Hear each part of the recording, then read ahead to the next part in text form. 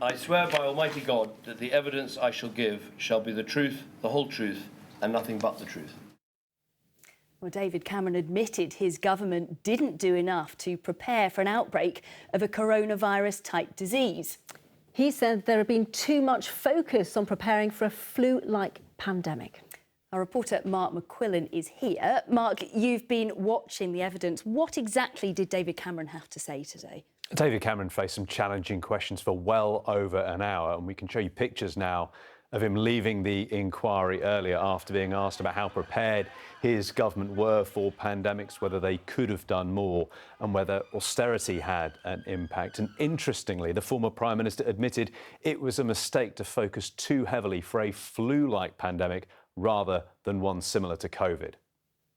I don't think it's right to say the government only looked at pandemic flu, it didn't look at other things. The risk registers and other documents mention MERS and SARS and other types of pandemics. So I think that wasn't a failing. I think the failing was not to ask more questions about asymptomatic transmission, highly infectious, what turned out to be the pandemic we had.